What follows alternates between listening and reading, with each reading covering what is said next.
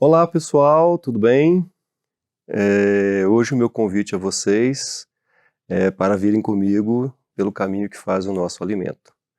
E vamos descobrir juntos o que acontece com aquele belo pedaço de torta que nós engolimos no café da manhã, ok?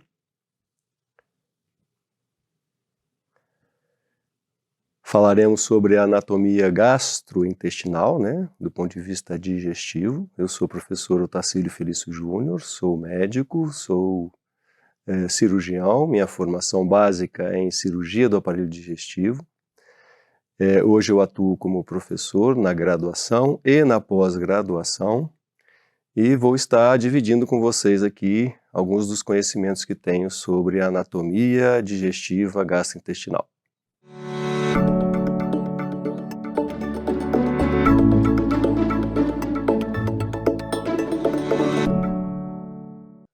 Nós começaremos a nossa viagem pela anatomia normal do tubo gastrointestinal. Como disse para vocês, a anatomia digestiva gastrointestinal tem o tubo gastrointestinal, né, caracterizado pelo esôfago, estômago e os intestinos, e você tem a anatomia dos órgãos acessórios. O objeto da nossa aula hoje é o tubo digestivo. Começaremos então pela anatomia do esôfago, ok? Que é o primeiro órgão, né, do tubo digestivo a compor a anatomia gastrointestinal, esôfago gastrointestinal. Na estrutura normal do esôfago, né, ele é um tubo muscular, tem em torno de até 26 centímetros de comprimento, na dependência, logicamente, da estrutura do indivíduo, ok? Tem um diâmetro que chega até 3 centímetros, também na dependência da estrutura do indivíduo, ok? E a principal função do esôfago é promover uma contração coordenada, cujo papel é transportar o bolo alimentar para dentro da câmara gástrica, ok?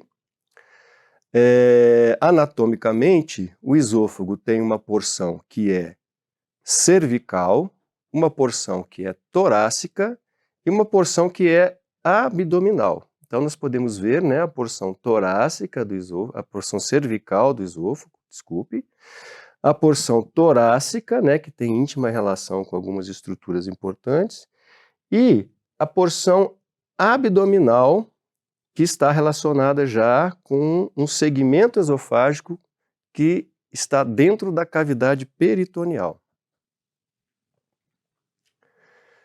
Neste trajeto do esôfago, né, nós temos algumas constricções. Essas constricções, elas estão diretamente relacionadas com relações a outras estruturas extraesofágicas, extradigestivas, né?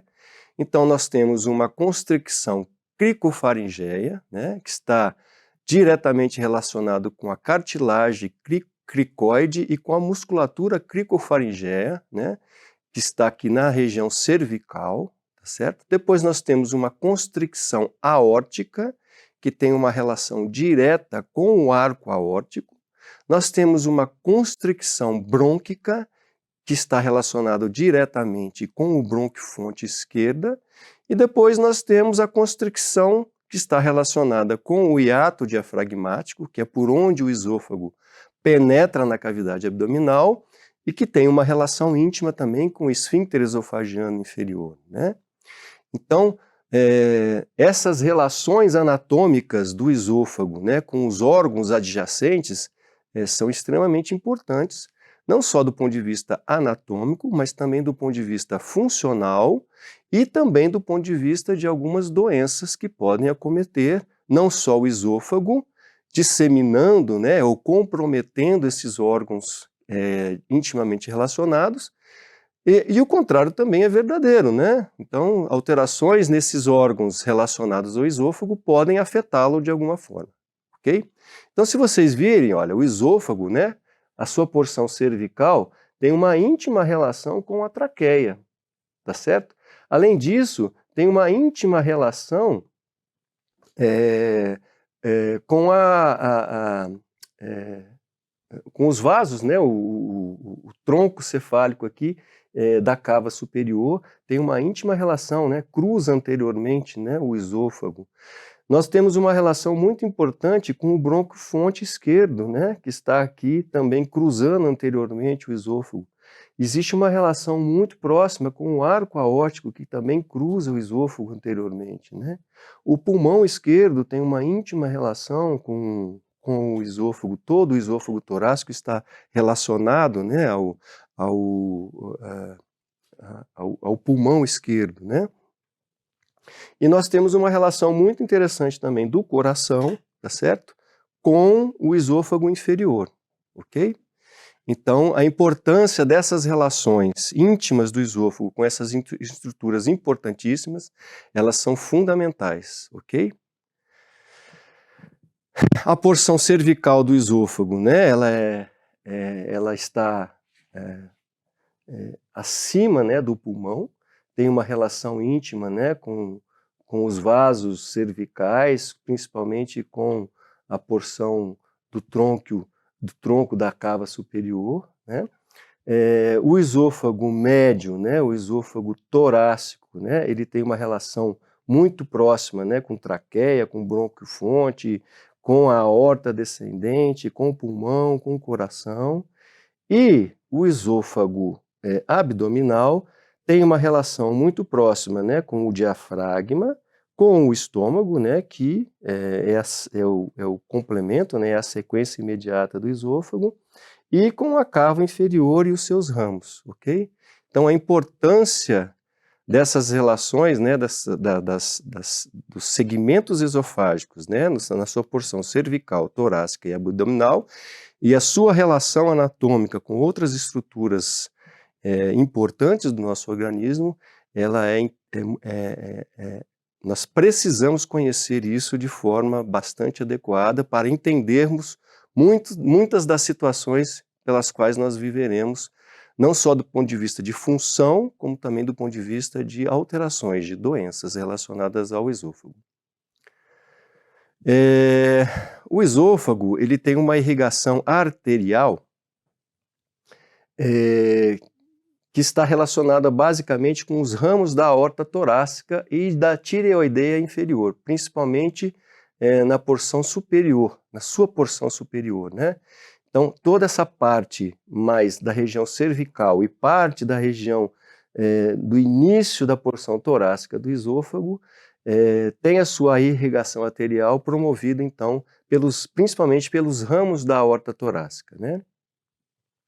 Os ramos das artérias brônquicas, né, que estão relacionados com ramos da aorta mesmo, né, são ramos que saem da aorta, irão irrigar toda a porção média do esôfago, né? Então, todo o esôfago, em sua porção média, tem uma relação direta do ponto de vista de irrigação arterial com esses ramos bronquiais, né? São ramos da artéria bronquial que é derivada da aorta e que vai irrigar, então, o esôfago médio, certo?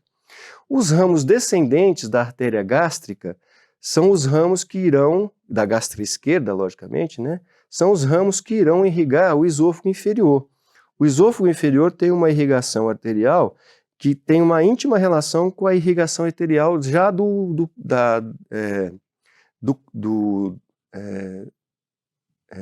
fundo gástrico, né, daquela porção fúndica do estômago, tem uma relação muito próxima entre a irrigação do esôfago abdominal, ou esôfago distal, com o fundo gástrico, que é toda derivada, né, de ramos da artéria gástrica esquerda, ok? Do ponto de vista de drenagem venosa, né, o esôfago tem uma drenagem venosa importante, né, vasta, muito ampla. Essa drenagem venosa tem uma relação direta não só com a veia cava superior, como também com a veia cava inferior e o sistema porta, né? Existem alguns ramos que drenam, né, para um plexo, né, que tem comunicação não só com a cava superior, mas também com a cava inferior. E essa irrigação, ela tem importância muito interessante, né, com algumas situações que nós vivemos no nosso dia a dia, né, da prática da gastroenterologia, ok? Nós temos nessa situação de drenagem gástrica, né, de drenagem esofágica, pelos ramos principalmente relacionados com a cava inferior, a formação de varizes esofagianas nos casos de hipertensão porta, né? O sangue, quando não consegue ultrapassar o fígado e atingir o coração, vai buscar uma via alternativa que passa por esse plexo, né, venoso que nós falamos e que tem uma relação direta com a cava inferior, e isso vai determinar, então, mecanismos de fuga, né, de escape, que irão formar as varizes do esôfago e do fundo gástrico e podem levar o paciente acometido por esse tipo de situação a problemas graves, né, como ruptura das varizes de esôfago, ruptura de varizes do fundo gástrico e hemorragia digestiva, muitas vezes fatais, né? Então, o conhecimento dessa drenagem venosa relacionada ao esôfago e ao fundo gástrico é muito importante na nossa prática no dia a dia.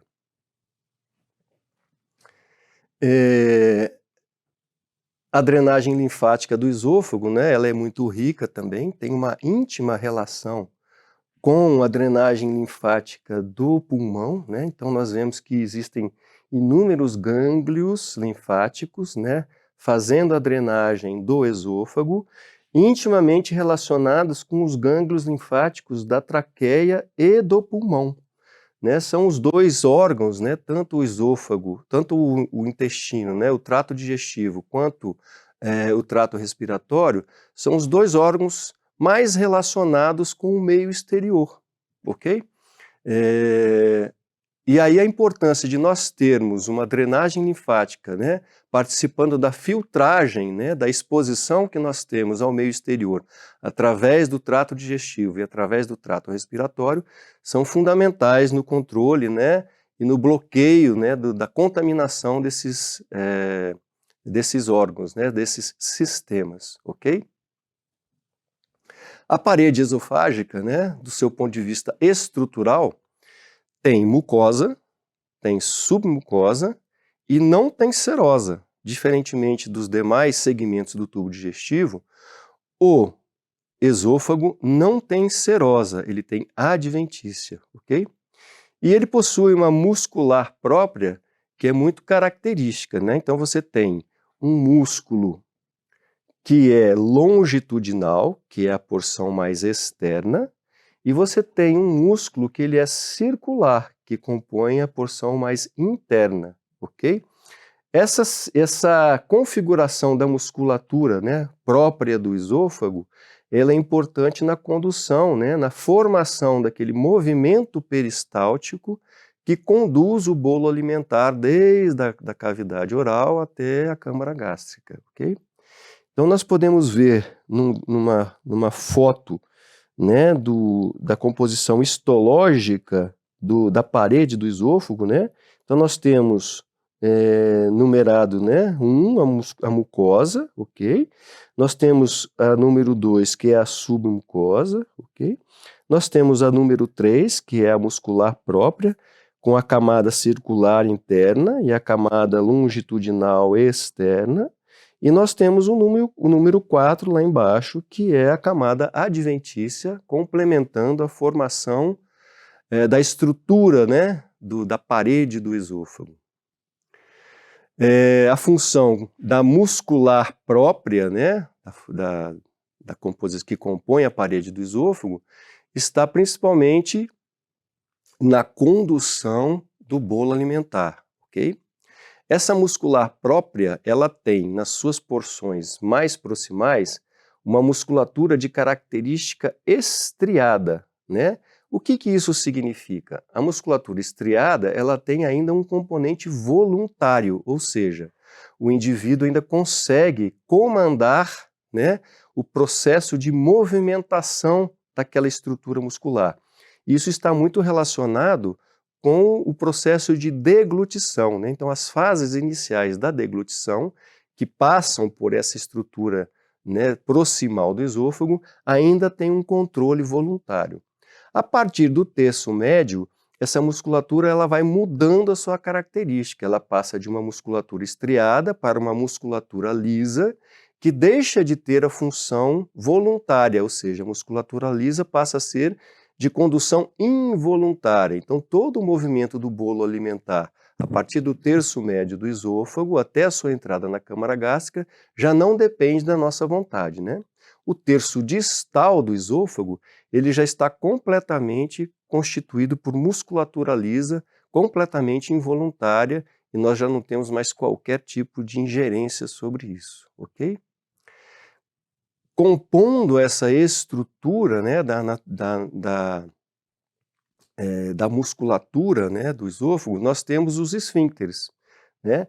Nós temos basicamente um esfíncter esofagiano superior, tá certo? Ele é constituído de musculatura estriada, da mesma forma que a parede, né, do esôfago nessa porção, e ele tem uma importância fundamental do ponto de vista da deglutição, de não permitir que nós façamos a broncoaspiração.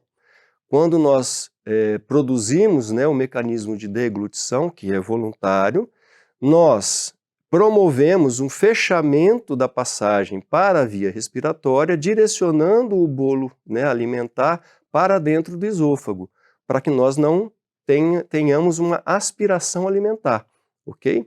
É o que acontece muitas vezes quando a gente engasga, né? Quando você faz o movimento errado da deglutição e o alimento, ao invés de ir para o estômago, vai para o esôfago, é quando você tem o engasgo, né? Que você tosse na tentativa de limpar a via respiratória, ok? O outro esfíncter que compõe o esôfago, né, do ponto de vista estrutural, é o esfíncter esofagiano inferior, né? O esfíncter esofagiano inferior, na realidade, é um espessamento muscular que acontece, né, nesse segmento do esôfago, tem uma íntima relação com o diafragma, né? Então, os ligamentos que formam a contenção dessa porção final do esôfago, né, na passagem pelo hiato esofagiano, estão intimamente relacionados com esse espessamento muscular, tá certo?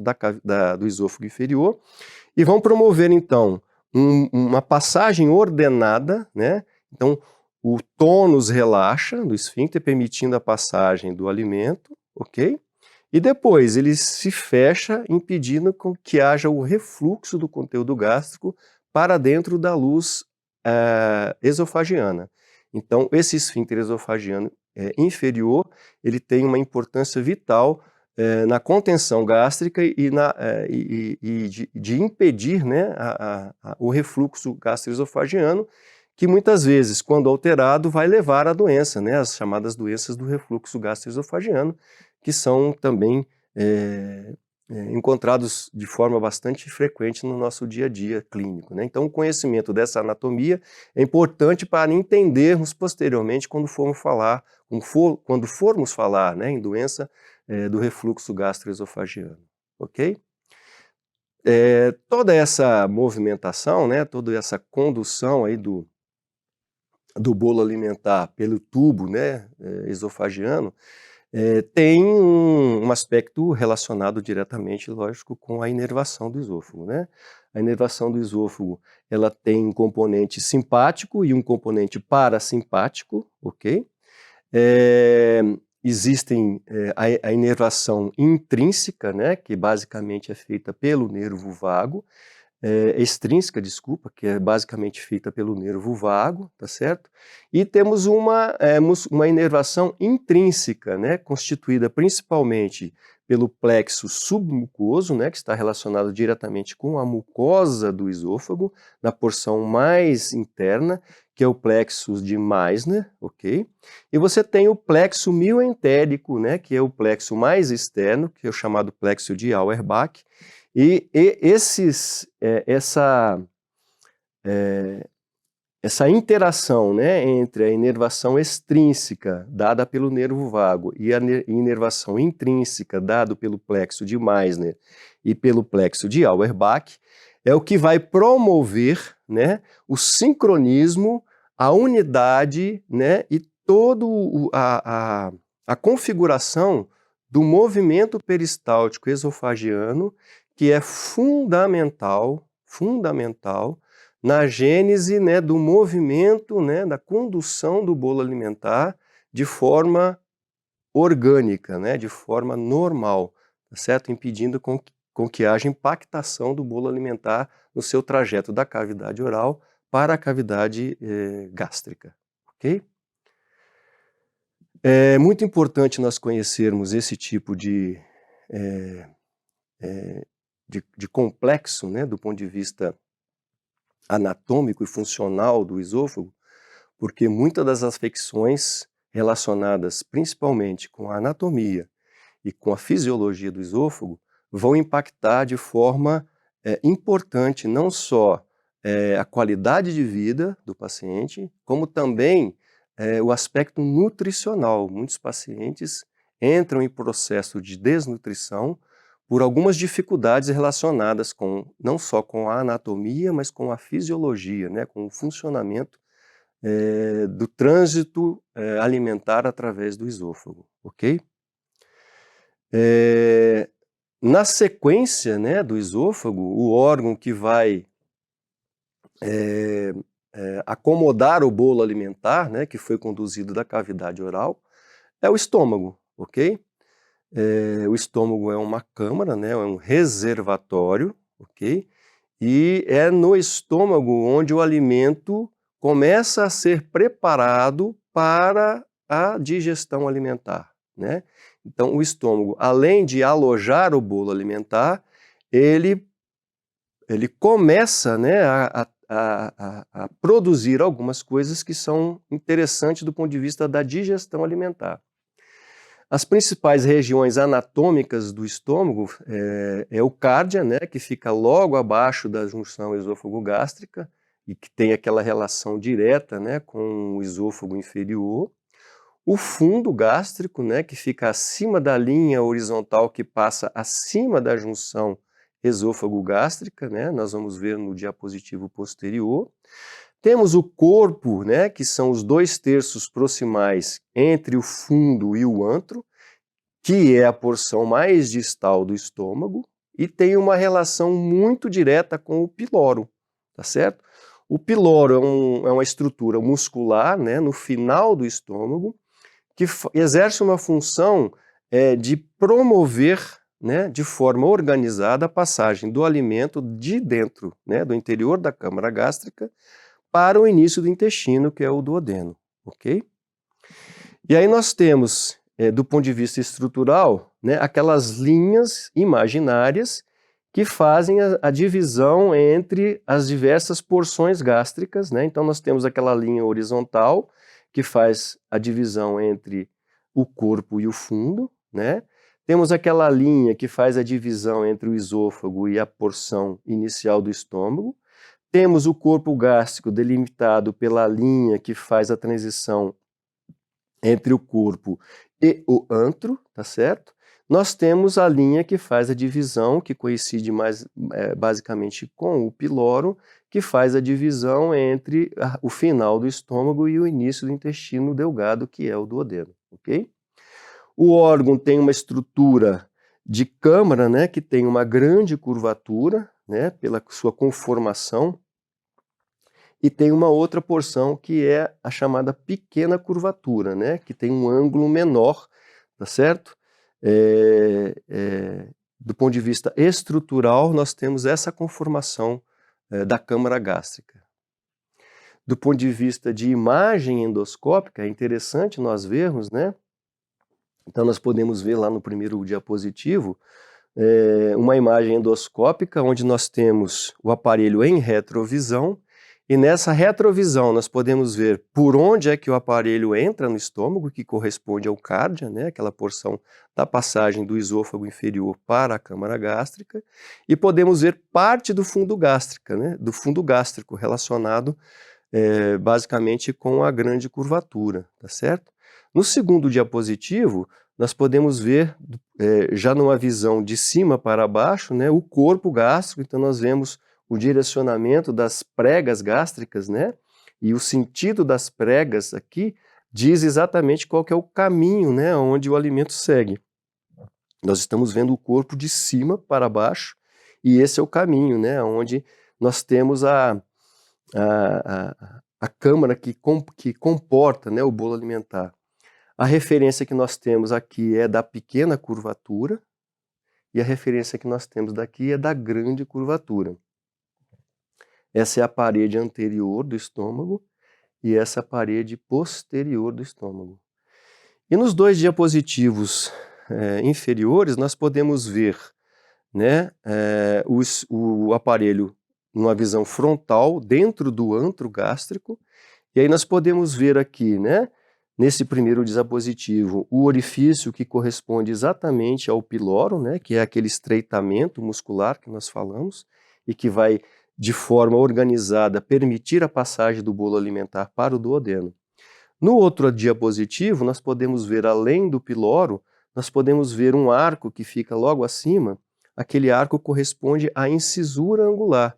A incisura angular é o que marca, do ponto de vista anatômico, a passagem do corpo gástrico para o antro gástrico, ok? Então, além daquela linha imaginária que nós traçamos ali naquele diapositivo anterior, nós temos, do ponto de vista anatômico, uma estrutura que nos faz delimitar exatamente qual que é o momento da passagem do corpo para o antro gástrico. Esse marcador, né, anatômico é a incisura angular, que nós podemos ver, né, como aquele arco pequenininho na parte de cima do diapositivo, que está mais à nossa esquerda. A parede gástrica, né, diferentemente do esôfago, como nós falamos, ela é composta, né, de camada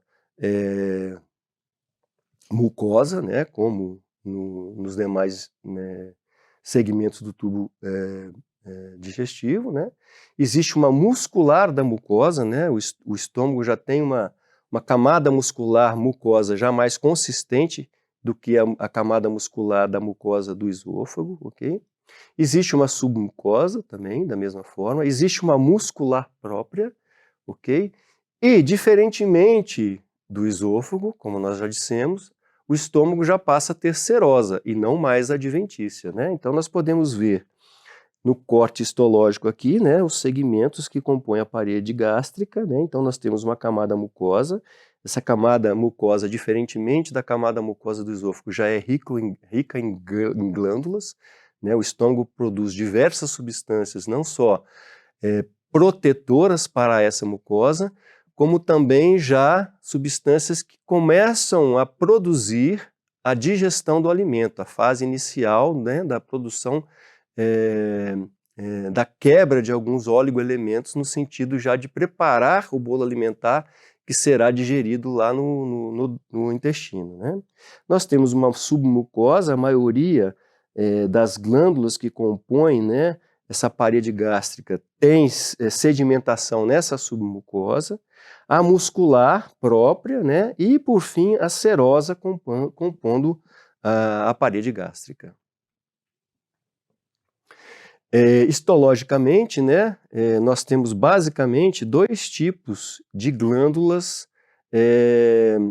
compondo, né, a mucosa gástrica. Então nós temos as glândulas oxínticas, né, que estão principalmente localizadas no fundo e no corpo. Então 80% do órgão, né, do estômago, é composto por glândulas oxínticas, ok? Essas glândulas oxínticas, né, que têm células oxínticas ou células parietais, são as principais glândulas produtoras do ácido clorídrico, que é a principal substância produzida no estômago, né? O ácido clorídrico é o que promove as primeiras alterações no bolo alimentar, já buscando, né, todo o processo nutricional que virá a seguir, ok? Nós temos as glândulas próprias, a glândula pilórica, né, que está mais localizado no antro, né? Então os restantes 20% da composição histológica glandular do estômago é constituído então por essas glândulas, e essas glândulas são formadas por células G, e essas células G são produtoras principalmente de gastrina, ok?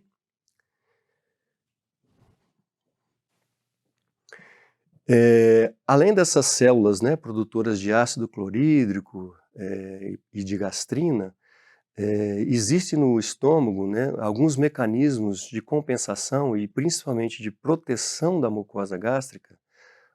A mucosa gástrica é uma estrutura que é permanentemente agredida, né? Só a agressão promovida pelo ácido clorídrico já é uma agressão enorme, mas a mucosa ainda está sujeita a agressões, né, de alguns tipos de alimentos. O álcool, por exemplo, é um grande agressor da mucosa gástrica. Alguns medicamentos, né, como o ácido acetil salicílico, como alguns anti-inflamatórios não esteroides, também são fatores agressivos muito importantes, né, da mucosa gástrica.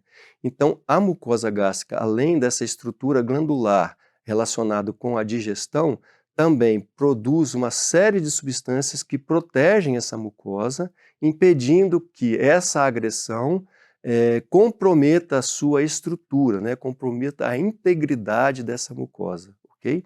Então, sabermos isso é interessante e importante para conhecermos posteriormente algumas das alterações que acontecem relacionadas à agressão da mucosa gástrica, não só pelas substâncias que ele próprio produz, mas também por outras substâncias externas, né, agressivas a ele.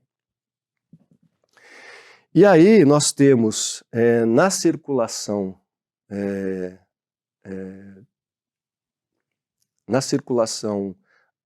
arterial do estômago, né, um fator muito importante do ponto de vista protetor. Por quê?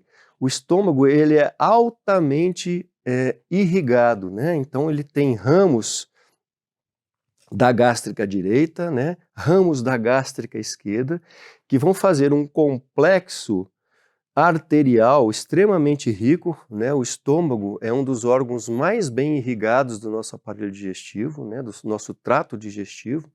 E isso vai promover que essa intensa circulação de sangue arterial contribua para que o órgão esteja protegido de algumas das agressões a que ele está sujeito, né?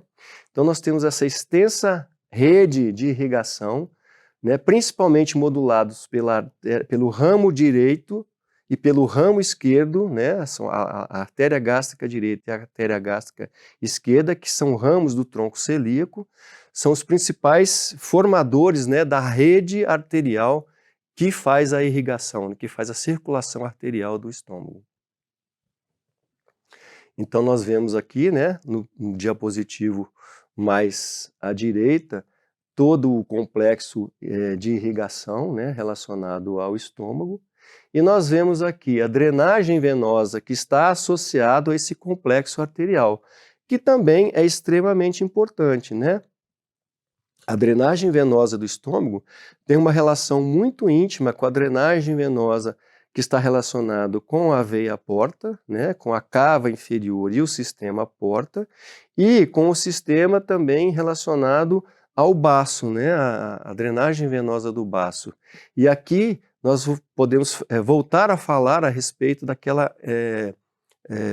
sinergismo, né, da drenagem venosa que compõe não só o estômago, mas também que compõe o esôfago, em íntima relação, né, com o sistema porta, que pode promover grandes alterações aqui, pelos fatores obstrutivos,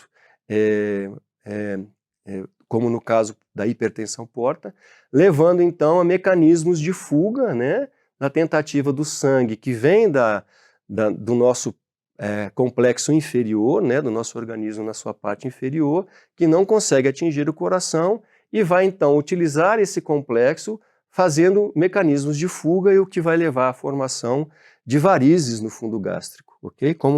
Da mesma forma como eu disse a respeito das varizes do esôfago. A drenagem, a inervação do estômago, ela é importante, tem uma relação direta com o nervo vago, né? Então, o complexo, né, de ramos nervosos vindo através do plexo vago, né, do nervo vago, tanto anterior quanto posterior, são os principais elementos nervosos que irão promover a motilidade, né, as contrações do estômago, tá certo? Que estão na gênese, né, da fisiologia que vai modular o início, né, do processo digestivo, né? O estômago, além de produzir substâncias, ele faz como se fosse ele promove movimentos que amassam, né, entre aspas, que fazem com que o bolo alimentar sofra um processo como se fosse um triturador, sabe, do bolo alimentar. Então ele vai se transformando a nossa tortinha lá do princípio, que era uma coisa sólida, né, meio com substâncias mais consistentes, vai virando como se fosse uma massa, né? E quem faz isso é o estômago. O estômago é que se contrai e vai fazendo com que esse alimento, que a princípio pode ser mais consistente, vá se transformando numa massa, né? E é esse plexo nervoso relacionado com o nervo vago que promove esse tipo de função do estômago. A drenagem linfática ela é importante, né? Ela tem, o estômago tem gânglios linfáticos, né? Nós temos um grupo superior relacionado com os nódulos, né, superiores gástricos. Nós temos um grupo que é supracólico, né, então suprapilórico, desculpe, então ele está relacionado com o piloro. Nós temos um grupo que ele comporta toda a grande curvatura, né. Esse complexo de drenagem linfática é importante conhecer, porque ele vai determinar muitas vezes a indicação de procedimentos relacionados com algumas doenças do estômago. Então, como por exemplo, os tumores gástricos, né, as ressecções gástricas relacionadas com a doença neoplásica do estômago, muitas vezes é determinada pela localização do tumor, né, da lesão tumoral, e qual que é o grupo de drenagem linfática que comporta aquela região. E aí é o que vai determinar qual que é o nível de ressecção que você irá produzir no estômago, na dependência da drenagem linfática, que é o fator, um dos fatores importantes na disseminação da doença, ok?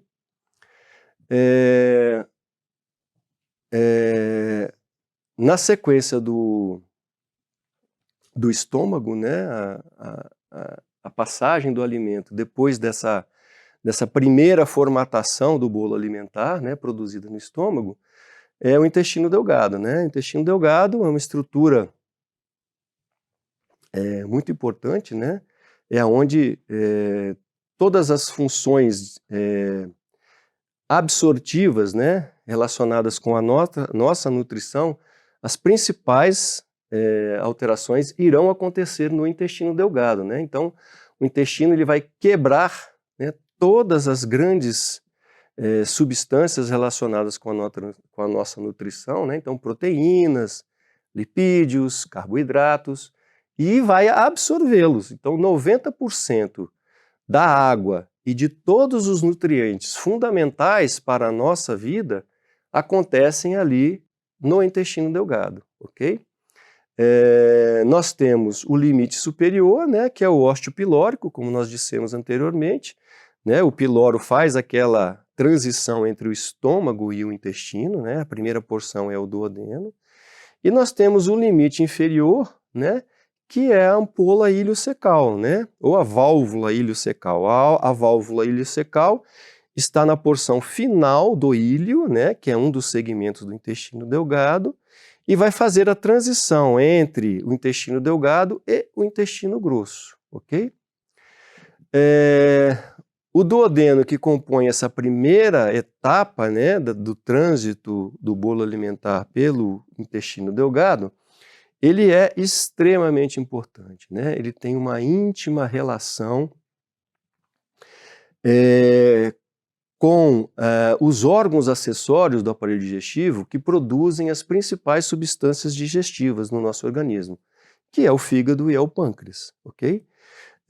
Esses órgãos não são objetivos da nossa aula hoje, mas a importância deles no processo da digestão alimentar é fundamental. E é no duodeno aonde essas substâncias vão entrar inicialmente em contato com o alimento. Por quê?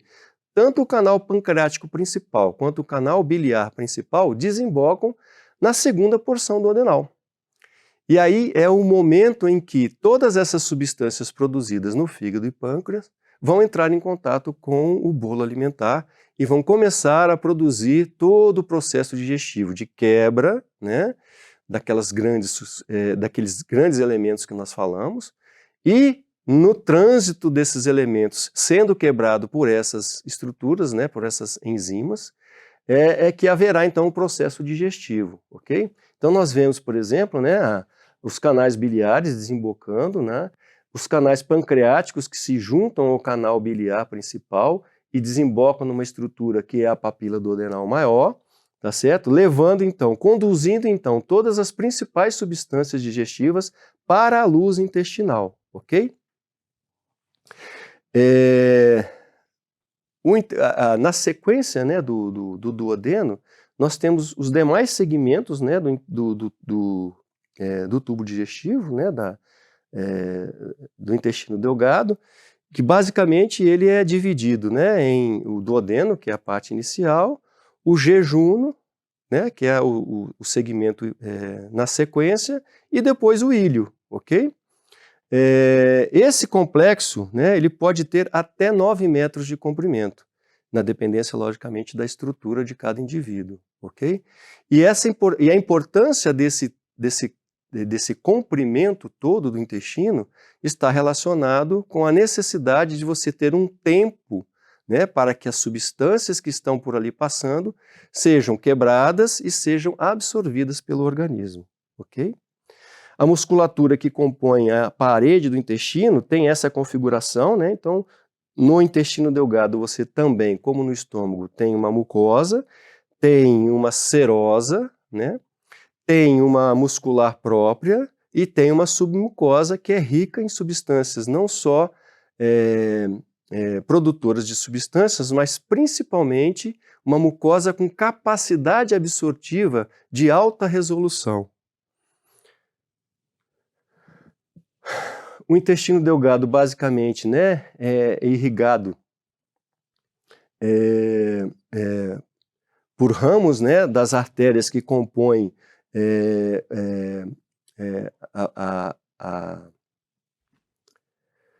ramos da mesentérica, né, tanto inferior quanto superior, tá certo?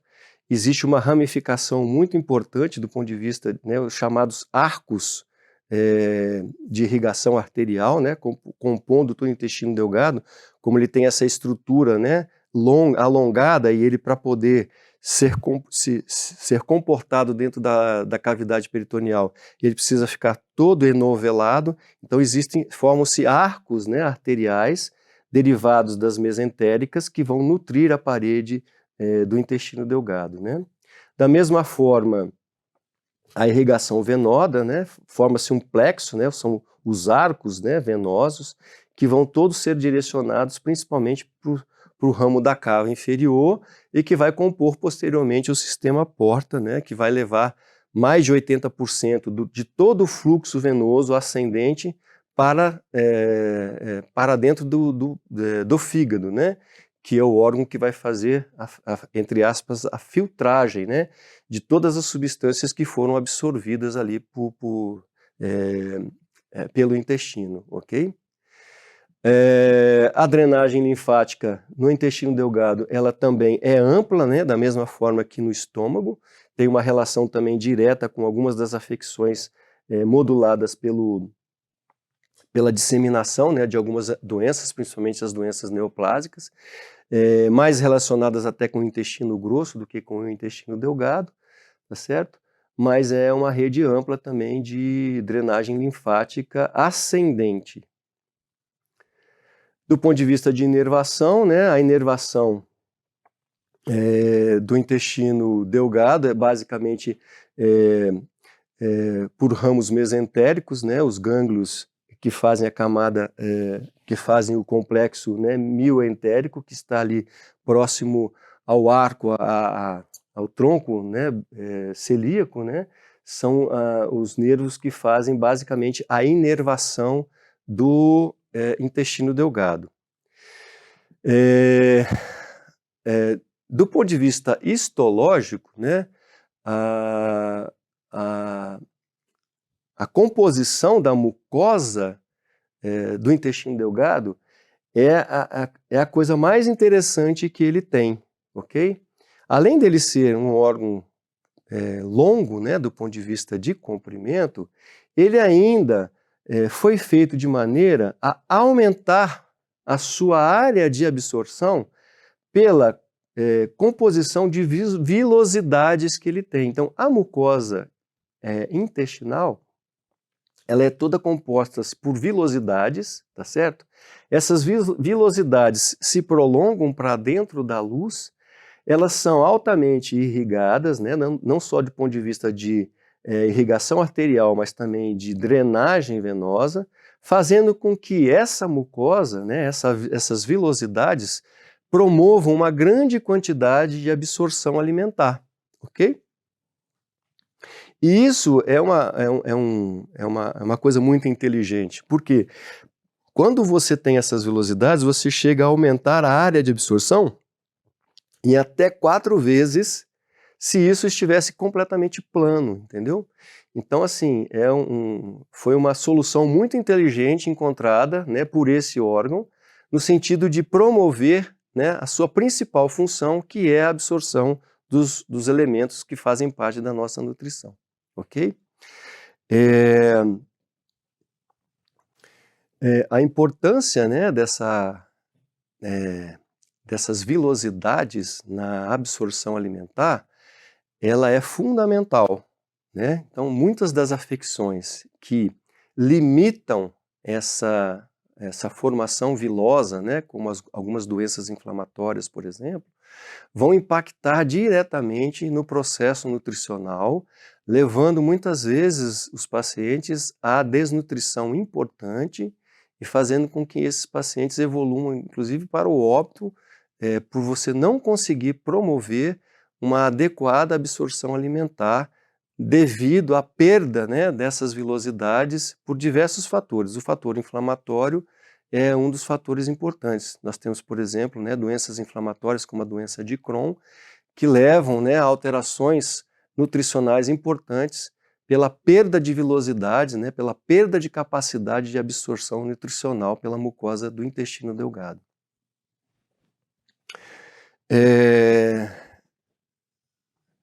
E aí, a partir do intestino delgado, né, depois de que toda o bolo alimentar foi processado, né, foram retirados deles todas as substâncias necessárias para a nossa sobrevivência, o bolo alimentar, então, seguirá o seu caminho para o intestino grosso, né? O intestino grosso é um órgão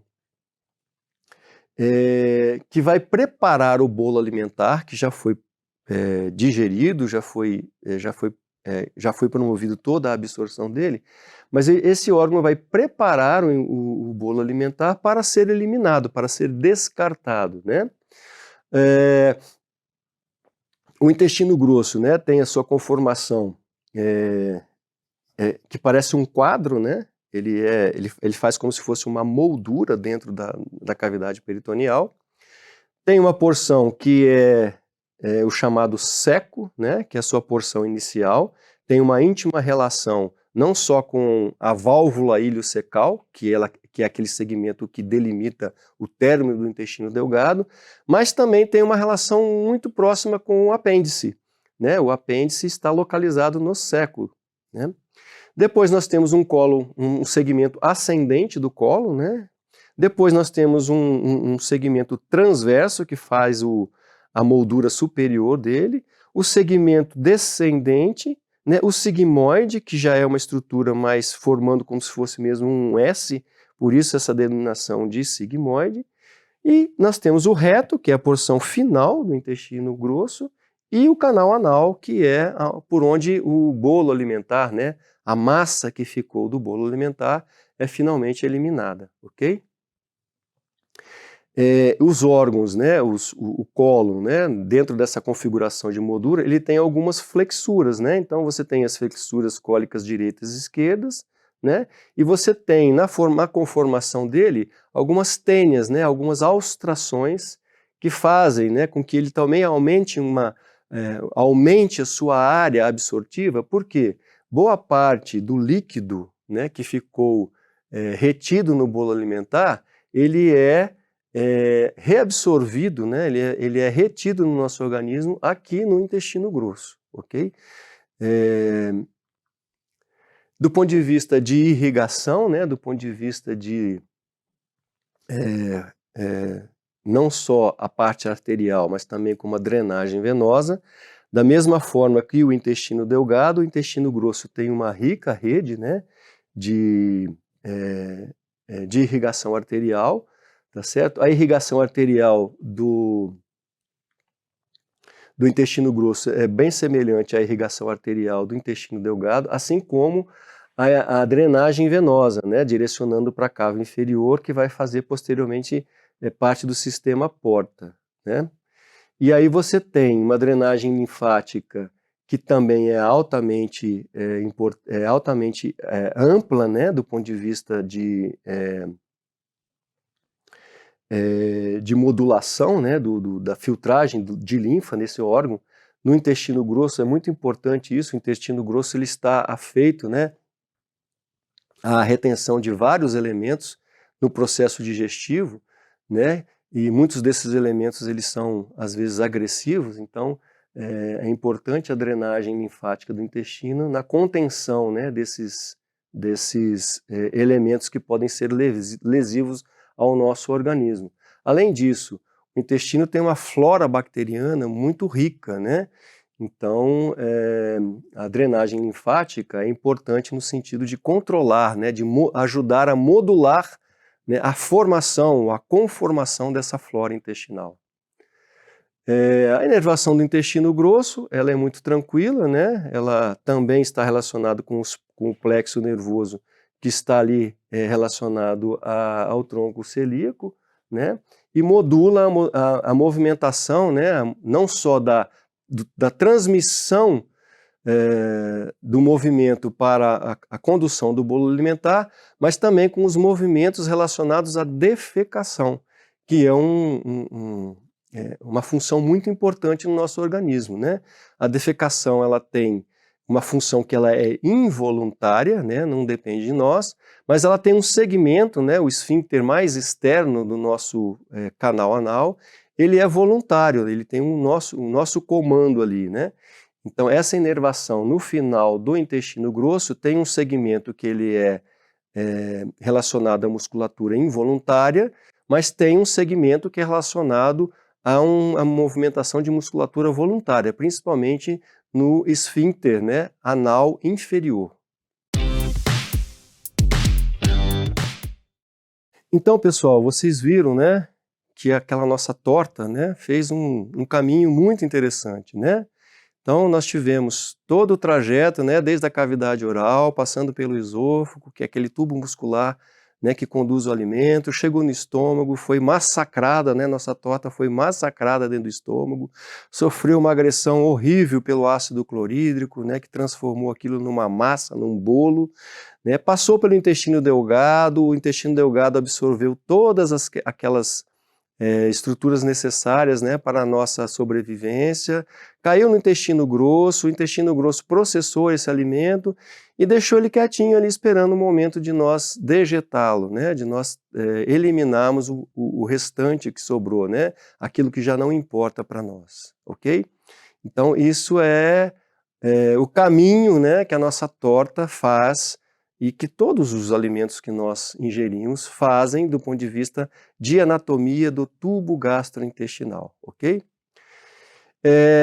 Eu vou fazer aqui para vocês citar algumas alterações da anatomia que são extremamente importantes quando nós nos vemos frente a elas, né? Porque essas alterações vão impactar de forma decisiva a vida, né, de uma pessoa, né, do nosso organismo. Então, assim,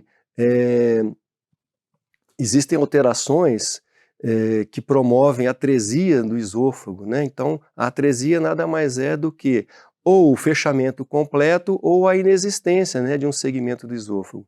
Isso é muito impactante, principalmente porque é uma situação que é congênita, né, e impacta de forma definitiva a vida de uma criança, né, de um recém-nascido, tá certo? Uma outra situação relacionada com a anatomia é o estômago ampulheta, né? O estômago ampulheta normalmente ele ocorre quando você tem uma retração, né? Um desvio do eixo do estômago. E aí aquela composição normal, principalmente a configuração da grande curvatura, fica alterada. Isso também está relacionado a grandes alterações do ponto de vista nutricional, né? E tem uma relação direta com úlcera péptica, que é uma situação muito comum, né, no nosso dia a dia, na prática diária da clínica da gastroenterologia. O estômago em cascata é outra situação que acomete muito, né, acomete algumas pessoas, né, pode ser congênito e pode ser adquirido e muda, né, toda a forma, toda a conformação anatômica do estômago, desculpa, levando então a algumas alterações, algumas dificuldades do ponto de vista nutricional. Os volvos gástricos, né, são alterações que podem também ser congênitas ou adquiridas. Nada mais é do que uma torção do estômago, né? O estômago vira sobre ele mesmo, né? E isso impacta de forma decisiva, né, o transporte do bolo alimentar. Vocês podem ver aqui, né, numa imagem endoscópica, que toda a estrutura anatômica do órgão está alterada. E isso é fundamental, né? Essa composição normal do órgão é fundamental, né, para a nossa alimentação. Os citos inversos, né, que é uma situação também relacionada a alterações congênitas, que é quando o órgão ele fica virado, né? Aliás, ele está muito relacionado à alteração, né, do lado dos órgãos, de outros órgãos também, né? Envolve o fígado, né, o pâncreas, muitas vezes até o coração, o pulmão e etc., né? Nós temos as atresias, né, as estenoses, né, então nós temos alterações que podem acontecer no jejum, no ilho, no ânus, né. Nós temos os divertículos, né, os divertículos que se formam tanto no intestino delgado quanto no intestino grosso, né, e aí nós temos, por exemplo, o divertículo de Meckel, né, que forma no intestino delgado, que pode comprometer, né, é uma alteração da anatomia que pode comprometer toda a função digestiva, né. Nós temos os divertículos de esôfago, né, que são geralmente podem ser verdadeiros ou podem ser falsos, né, são os pseudodivertículos, né. Esses divertículos eles muitas vezes atrapalham, né, o trânsito do bolo alimentar. Então eles podem ser superiores, né, podem ser na faringe, podem ser no corpo do esôfago, né. Eles podem ser múltiplos ou únicos, né, então podem causar situações iguais a essa, veem só nessa radiografia, né, contrastada, o bolo alimentar fica impactado nessa porção distal, né, ele não consegue passar para dentro do estômago, ele fica retido, né, nesse divertículo. Nós temos algumas situações onde existem anéis esofagianos, né, esses anéis eles podem também impedir do ponto de vista de trânsito alimentar, né? Então são alterações da anatomia que comprometem a função do órgão, né? Esses anéis eles podem ser superiores, mas eles podem ser também inferiores, né?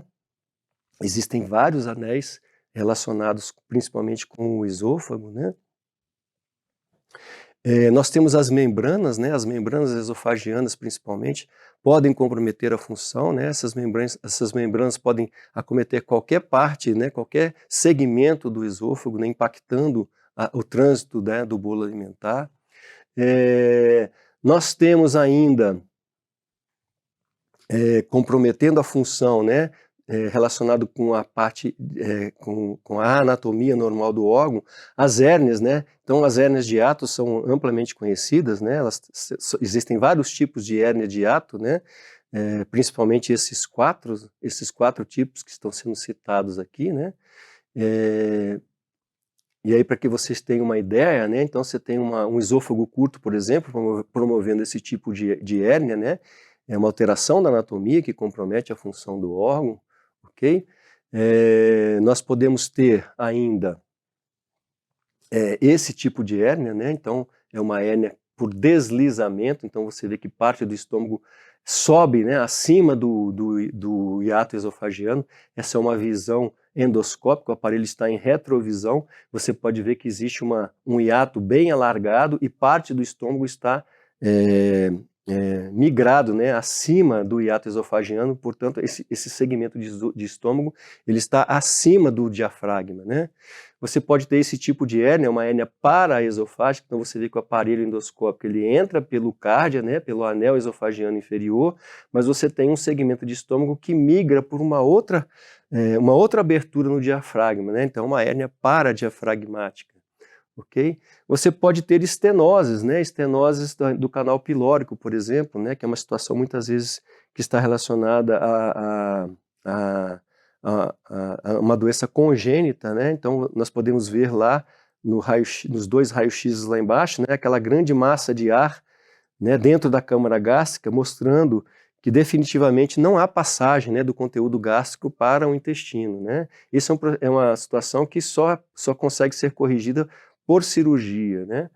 Essa estenose aqui, esse tipo de estenose pode acontecer principalmente relacionados com doenças pépticas, né? Então nós vemos aqui o diapositivo com uma hérnia, uma úlcera, né, no canal pilórico. A cicatrização disso aqui vai levar com que haja uma estenose, um estreitamento, né? A grande vantagem desse tipo de estreitamento é que nós podemos fazer a correção disso através da endoscopia, com dilatação ou até com a passagem de stent, né? Os divertículos do intestino são outra situação muito importante, né, na alteração da anatomia do órgão, comprometendo a sua função. Então, pessoal, de importante, né, depois de tudo que nós vimos, né, todo o caminho que aquela nossa torta fez, né, três coisas são fundamentais, né? Primeiro é a integridade da anatomia, né, desse tubo digestivo, né, para a perfeita condução do bolo alimentar. Então, principalmente as alterações anatômicas que impedem essa progressão, né, vão levar a comprometimento, né, a alterações importantes na qualidade de vida do paciente, vão levar a necessidade, né, de muitas vezes intervirmos para mudarmos essa situação, né? E muitas vezes essas alterações são tão importantes que vão necessitar de intervenções muitas vezes de grande porte, tá bom? Depois, a integridade da mucosa gástrica ela é fundamental para que o funcionamento do processo digestivo se faça de maneira adequada, né? Como nós vimos, a mucosa gástrica ela é agredida de forma muito intensa. Então, a integridade anatômica vai contribuir para que a integridade funcional, principalmente relacionada com a proteção da mucosa gástrica, aconteça de forma adequada, ok? E por último, a integridade, né, da mucosa, da anatomia do intestino delgado, que é o principal órgão responsável pela nossa função absortiva, ela é fundamental, porque qualquer alteração, né, nessa anatomia levando a uma disfunção, né, do órgão, isso vai impactar de forma decisiva no nosso aspecto nutricional, né, na nossa função nutricional, né, na nossa integridade física, tá ok? Mas eu tenho aqui uma coisa interessante para dizer para vocês ainda.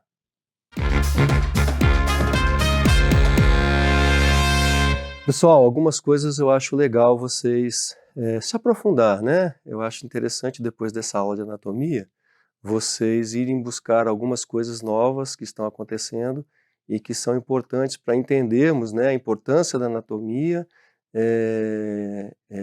que está diretamente relacionado com a fisiologia, né, do nosso trato gastrointestinal, ok? Então eu queria dizer para vocês que conhecer morfo-quantitativamente o plexo mioentérico do esôfago, né, e principalmente a sua importância nas disfunções da motilidade gástrica é muito interessante. Existem inúmeros grupos estudando, né, essa composição da mucosa, né, do plexo mioentérico esofagiano, na gênese de muitas doenças que hoje em dia a gente não consegue explicar o porquê que ela acontece, como por exemplo a calásia idiopática, né? Então assim, é interessante isso, ok? Uma outra coisa que vale a pena vocês estudarem, né, e isso está na gênese de muitas situações que nós vivemos hoje, principalmente com o avanço, né, da obesidade como doença no nosso meio e do avanço dos tratamentos cirúrgicos, né, para o controle da obesidade. Muitas das técnicas utilizadas hoje para tratamento da obesidade alteram de forma muito grande, né, de uma maneira muito intensa e muitas vezes definitiva na anatomia do trato gastrointestinal, né?